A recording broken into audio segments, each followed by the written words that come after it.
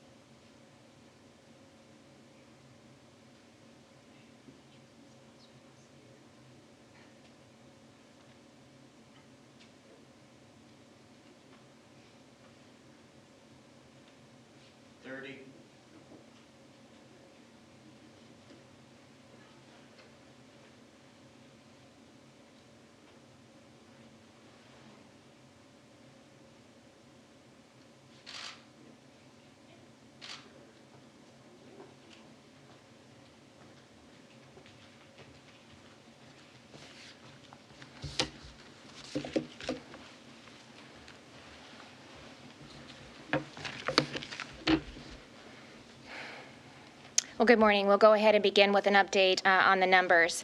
So today we have 97 new positive cases for a total of 1,145 positive cases. We have one new county, Worth County, for a total of 79 counties. We have 1,151 negative cases today for a total of 12,821 negative cases. The State Hygienic Lab has the capacity to test 1,329 individuals.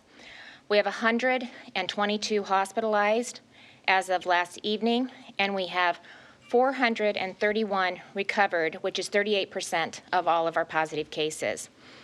As COVID-19 cases continue to climb toward our peak, which is projected to happen later this month, we remain intently focused on our mitigation plan to protect the health of Iowans, ensure our healthcare system and workforce are stable and strong, and slow the spread of the virus to save lives. But we're also looking ahead to ensure the health of our economy.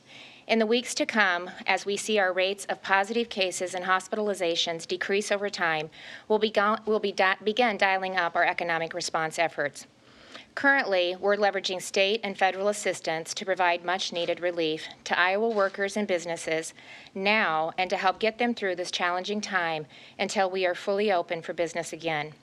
2 weeks ago, we announced the Small Business Relief Program, a one-stop shop for Iowa businesses to seek assistance through tax deferral, including sales and withholding taxes, and grants to assist with short-term cash flow needs.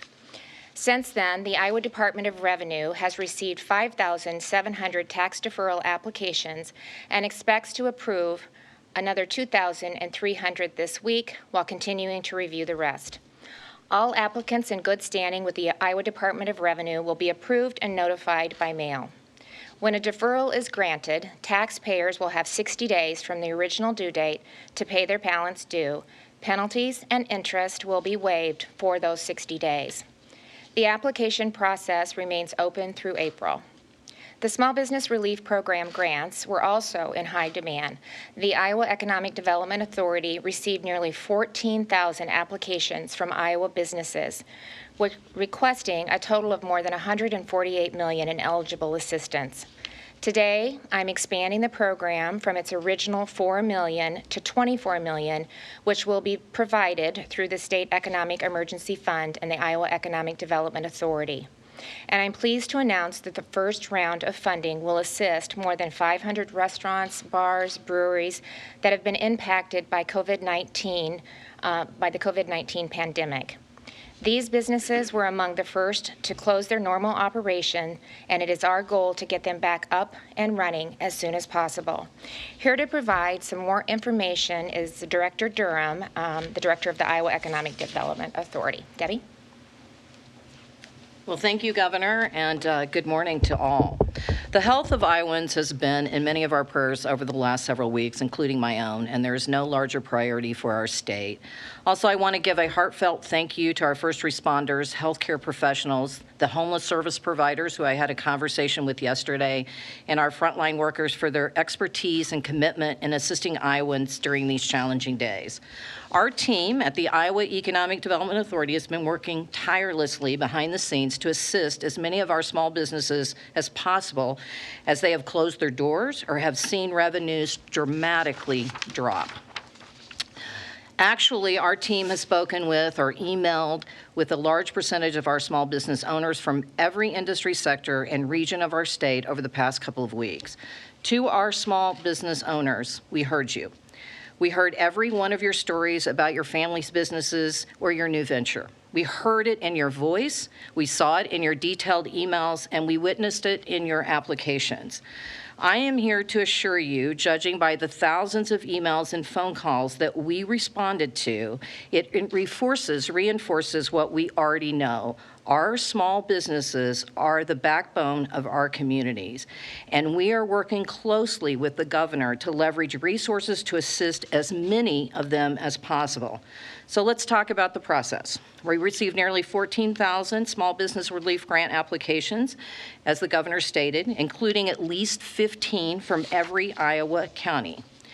Every application received was triaged, and I use this word very purposefully, because triage actually describes this entire effort and this entire process. We determined eligibility, and the businesses identifying the greatest revenue disruption were awarded in this first round of funding that went out last evening. As a reminder, this program was designed to be short-term, stopgap funding until our federal resources became identified or available. The first round of the 503 email award notifications have gone out to business owners, and additional notifications will be going out the remainder of this week. The initial round of funding totaled more than $10 million, with grants ranging from $5,000 to $25,000. I can tell you, as of this morning, we had almost half of those back already with signed contracts and W-9s, and now in the process of getting their checks. Eligible applicants that do not receive a notification this week will be considered for potential funding rounds in the future, but a new application will not be opened. I do encourage, however, that all Iowa business owners that have been impacted by COVID-19 to visit iowabusinessrecovery.com for information about all programs and resources that we may or other agencies will have available that touch on business relief. So with that, thank you very much. Thank you, Debbie. And I want to thank the Iowa Economic Development Authority and the Iowa Department of Revenue for their effort, for the effort that your teams have put forth to help Iowans at this time. You know, there is absolutely no playbook for the situation that we're in right now, but your willingness to develop solutions that will provide relief until we get things back up and running is making a difference for so many Iowa businesses and families during this time. So again, just a heartfelt thank you to all that you've done. So yesterday, I did also provide additional information about some of the data that we are tracking to ensure that our hospitals have the resources they need to care for Iowans. And as our number of positive COVID cases continue to increase, so as I mentioned, 6 regional medical coordination centers, or RMCCs is how you'll hear us refer to them, have been established by the Iowa National Guard to support the Iowa Department of Public Health and our Iowa Healthcare coalitions. The RMCCs help facilitate communication, critical information sharing, and coordination of healthcare resources within a region or across the state as needed. Today, I want to take a look at 2 additional regions and provide a snapshot of hospital resources that are currently in use for COVID-19 patients and the resources available to care for others. So we'll start with Region 1. The RMCC Region 1 is located in the central and south central part of the state, and it includes the Des Moines metro area. So as of yesterday, there were 33 COVID-19 patients hospitalized in Region 1. No new patients were admitted in the last 24 hours.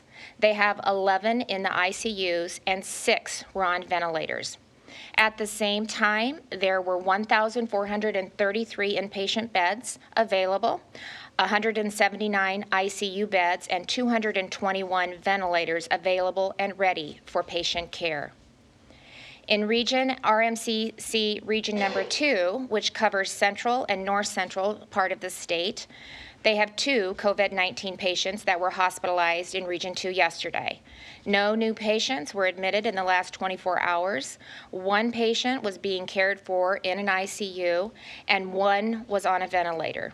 During that same time frame, there were 231 inpatient beds available, 11 ICU beds, and 26 ventilators available in Region 2 hospitals.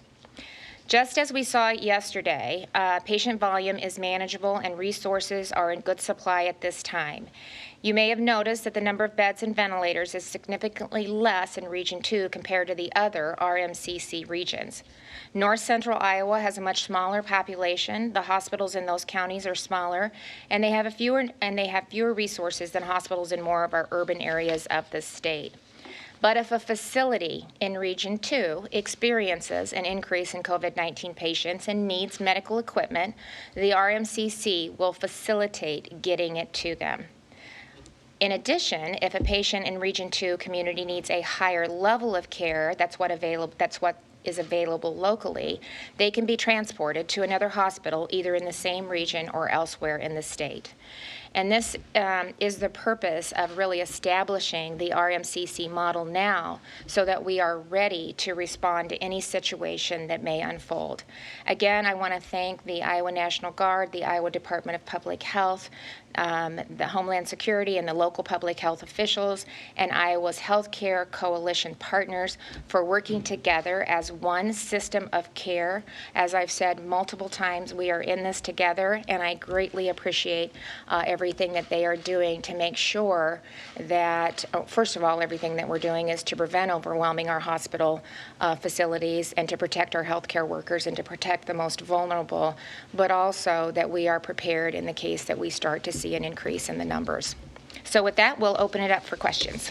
Governor, I wanted to understand the spending on the business grant program. So is it correct that the first round of funding just went out the door? Is it last night that you said? And so, you're expanding the program from 4 million to 24 million, and I believe that's through the authority that the legislature gave you when they suspended. Right. Are there have you used any of your other of that authority for other spending purposes? And then I also want to understand how the federal money is going to come in, because we're expecting that. So we have not yet. So as we had indicated earlier, we wanted to make sure that we had all of the guidelines from the CARES Act so that we knew that we were using our money appropriately until we could have it be either backfilled or supplemented through mission by the CARES Act. I was not able to get on, but my chief of staff was able to set on a call this morning with Secretary Mnuchin. Iowa will be getting $1.25 billion in a block grant. They are anticipating the rules and the guidance for that coming out next week. I think one of the things that the governors have continually asked for, and I think was relayed on the phone call this morning, is the flexibility to really, as long as it's tied to COVID, but to be able to, I could go to the Legislative Council, ask for additional transfer of funds, knowing that as the money comes in from the CARES Act, we'll be able to apply that toward the money that we were able to get to more businesses in a timely manner. So we'll have better guidance on that next week, but I fully anticipate they are trying to be as flexible as possible, and if we have the resources to go ahead and work with the Economic Development Authority and their team for that that stopgap until they're able also to go online and apply through the small business SBA for some of the loan opportunities that are there. And I don't know, Debbie, do you have anything you want to add to that? Let me just, so let me clarify that last night, the applications that we sent out, the 503, I think exactly, was totaled over a little bit over $10 million, right? So there will be another tranche going out today and probably another one the following day until we hit that $24 million cap. So Debbie, the total they've asked for is 148 million. Clearly you don't have that, so 24 is the cutoff for us. For right now, until we can better understand what's available through the CARES Act and how we can utilize that. But again, in conjunction with the SBA and other loans that they have available to some of the businesses too. And then, Governor, you gave out the new numbers for Region 1. That's most important to most of our viewers now. So how encouraged are you by those numbers, and what do you want to tell Iowans about hospital? Are they prepared, and do you feel comfortable that we're ready for whatever might come down the road here? I really appreciate the data and the information that's being supplied to our team from the RMCC. So we really are able to track on a daily basis the number of beds being utilized, the number of ventilators that we have, and we can, put that into the projections as we look at the peak. We are always preparing for the worst, but I am somewhat optimistic. We still haven't peaked yet. We're anticipating that at the end of this month. But again, only 10% are hospitalized right now, so that's a fairly good number. And I think the number that gives us a lot of hope is that the 38% of all positive cases have recovered. And so what we have seen over the last 7 to 9 days is our positive cases have been pretty stagnant. So they've stayed pretty much the same over the 7 to 9 days, and that's really what has been our goal, is to really flatten that curve, not overwhelm our healthcare systems, while doing everything that we can to protect our most vulnerable Iowans by every single Iowan doing what they can do, and that is stay home, reduce your trips to just essential services, whether that's to go to the doctor for groceries or to pick up medicine. Exercise, for heaven's sakes, get out there, but do it responsibly. Practice social distancing. Do not gather in groups of more than 10. And if you are sick, isolate yourself and stay home. And if we see that, and we're seeing some of the reflection of that, hopefully we'll start to turn the corner and we can start talking about how we dial back up the economy. Governor, do you have any more specificity as to when that peak will come? And if the state is still working on developing its own projection model, what data is going into how you're projecting that? Yeah. Do you want to take that, Sarah? Let's see, I'll go this way. So thank you for the question.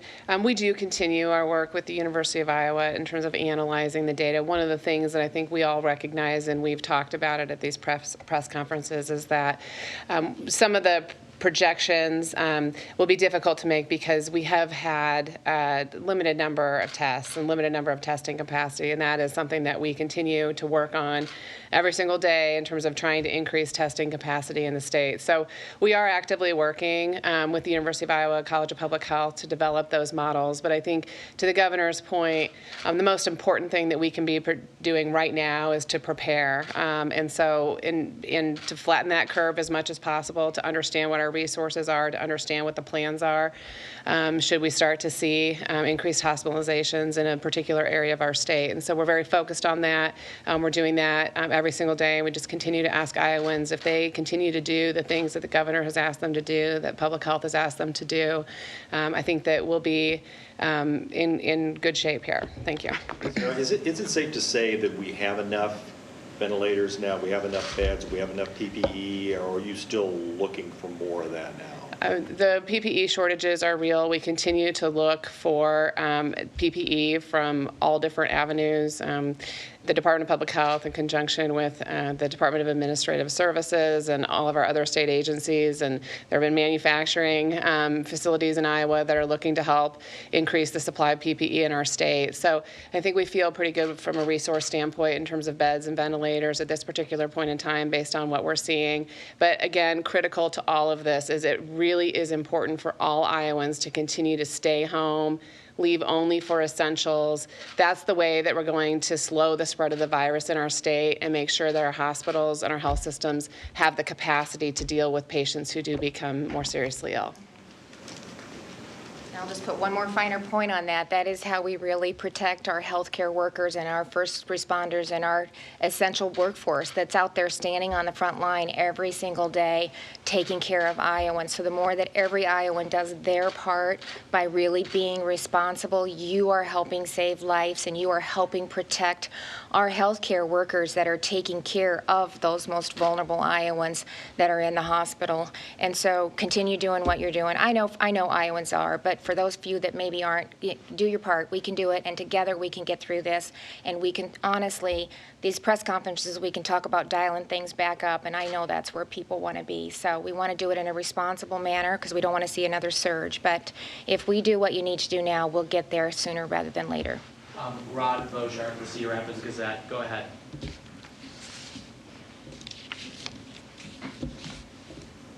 Rod, are you there? Yes, Governor, I wanted to ask that with the nice weather and limited outdoor options, we're hearing reports of crowded trails for hiking, running, and biking where it's difficult to manage social distancing of at least 6 feet apart. And the problem's such that some local officials are considering closing their trails to the public temporarily until you hit the COVID curve flattening in the state's peak period.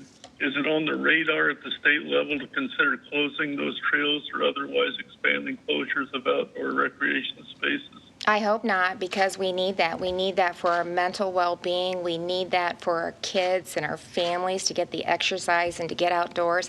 So practice social distancing of 6 feet. Kevin and I went for a walk on Sunday. We came across somebody. We both split on the sidewalk and practiced our social distancing of 6 feet.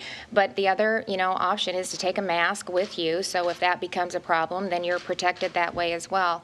So we're trying to be, responsible and resourceful while always mindful of the need of the PPE, and so they scarf, mask, whatever that may be as a secondary practice. But first and foremost, you need to practice the social distancing of 6 feet as much as you can. Caroline, go ahead. Governor, I have a question about this notion of staying home and also not gathering in groups of 10. Can you clarify that, is the groups of 10 seems in conflict with staying home, because it would seem that people could say that, a group of fewer than 10 people can come to my house for dinner party so long as it's, 10 or less. Can you clarify? Yeah, I wouldn't do that, Caroline. Doing something like that. Yeah, I wouldn't do that if I were you. I'm not suggesting that, but we have put out an order that you can't socially gather in groups of more than 10. Be responsible. I think the first thing I say is stay at home. That's how you limit exposure, and that's how you limit exposing other ones. Everybody has to be responsible when they're making those decisions. So, we're going to get together this Sunday for Easter via Zoom. I'm going to have to cook my turkey, our 3 daughters, our turkey ham.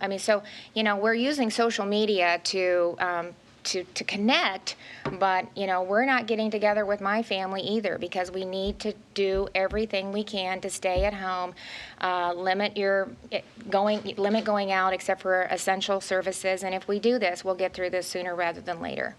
David Pitt, go ahead. Yes, Governor, thank you. We noticed a 17% jump in hospitalizations in the last day or so, and I wonder if that increase is telling us anything about the severity or anything else that might suggest data-wise that we should be aware of. Okay, I'll let Sarah talk to you about that. Yeah, thank you. Actually, what you're seeing in terms of the hospitalization data is a difference in the way that data is being collected. And so previously, we had been asking local public health agencies to follow up with patients to determine hospitalization status. Over the course of the weekend, we put out a new mandatory reporting order, and we're asking hospitals to report that information to us directly. The intent of that is really so that we have a more timely information about our number of hospitalized patients. Previously, some of them were still pending investigation by local public health agencies, and so we also wanted to have more timely understanding of what our hospitalization rates were. And you heard the governor mention earlier that we have about 10% of our total cases that are hospitalized at this particular point in time. And I think that is consistent and actually maybe a little bit lower than what we've seen nationally with a 15 to 20% general hospitalization rate. So but what you're seeing is not necessarily a jump in hospitalizations overnight, for example. It's just more timely reporting, so we have a better, more accurate picture of what our current hospitalization rate is.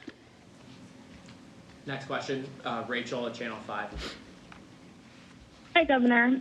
Your team, 2 questions. Your team told me yesterday independent living facilities aren't monitored in the same way as long-term care facilities. Can you explain why that is? And then also, 3 employees at the Veterans Home in Marshalltown have tested positive for COVID-19.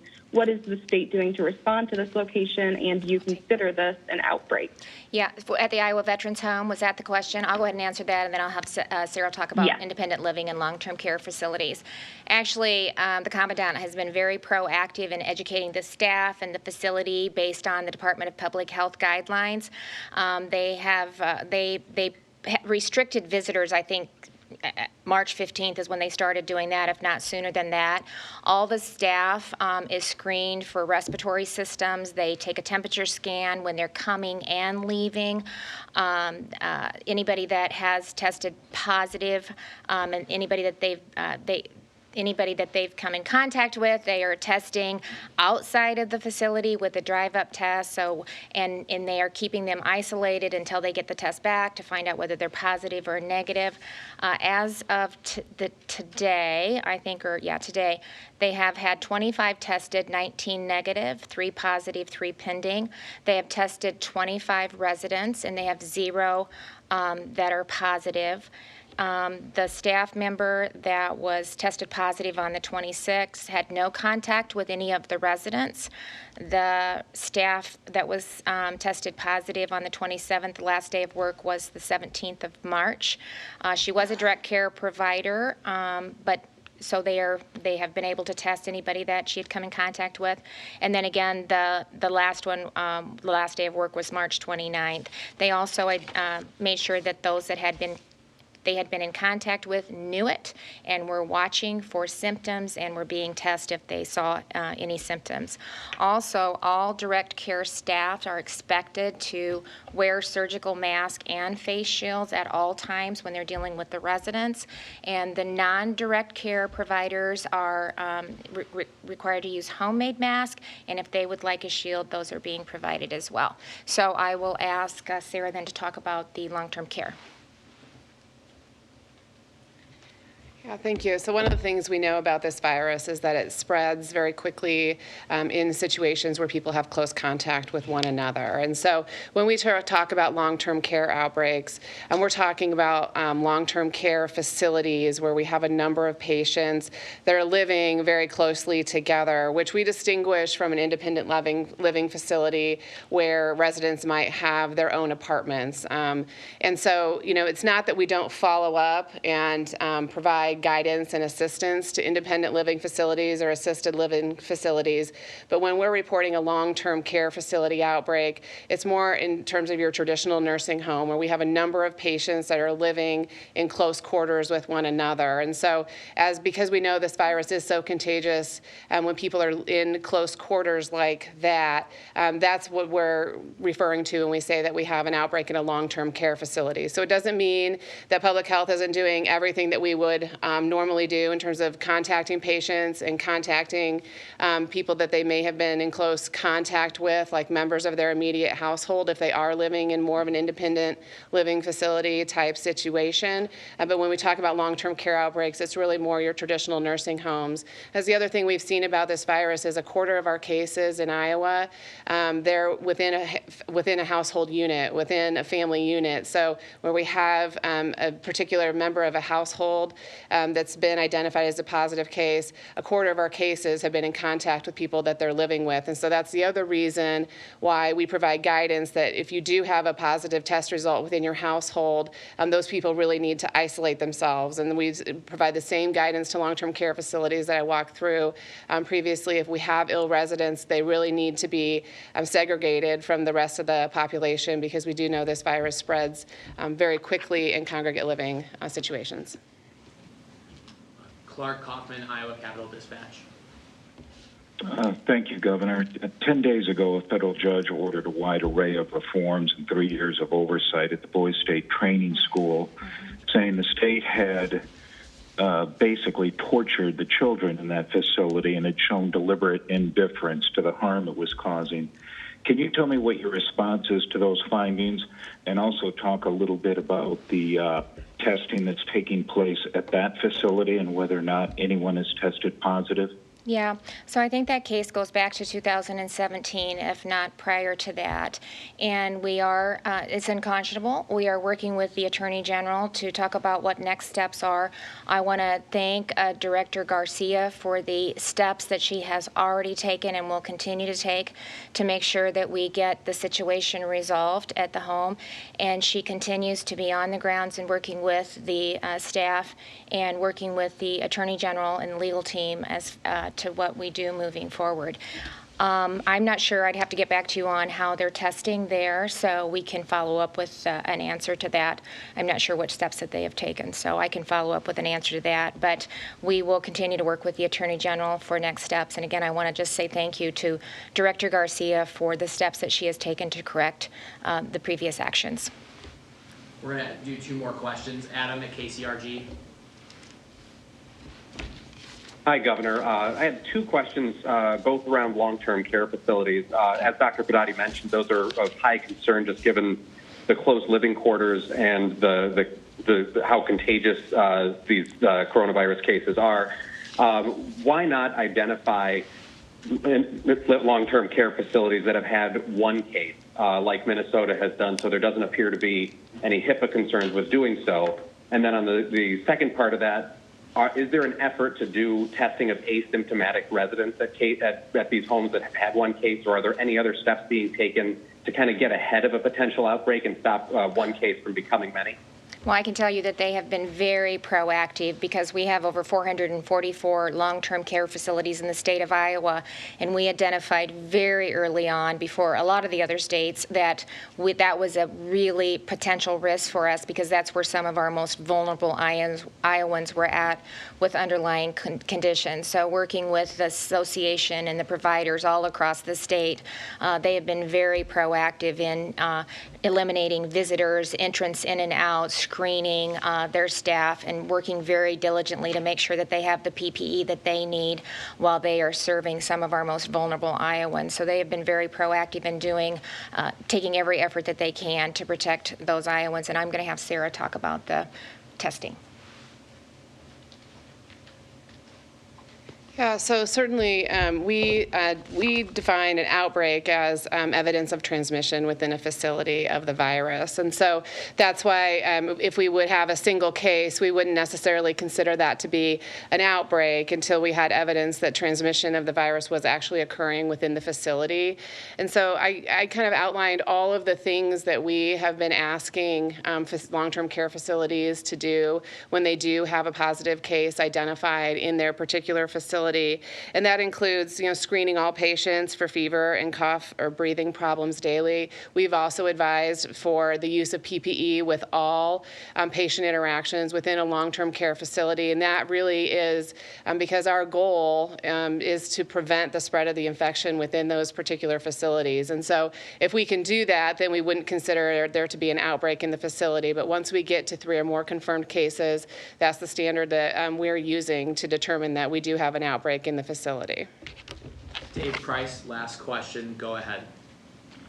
Good morning, everyone. Governor, within about an hour or so ago, Des Moines schools announced the plans to do distance learning beyond the suggested April 30th that you've already advised they will do it for the rest of the year. Okay. At this point, can you tell the remaining districts when you think you will decide whether you will have to take the step to recommend shutting down schools for the rest of the year for everybody's safety?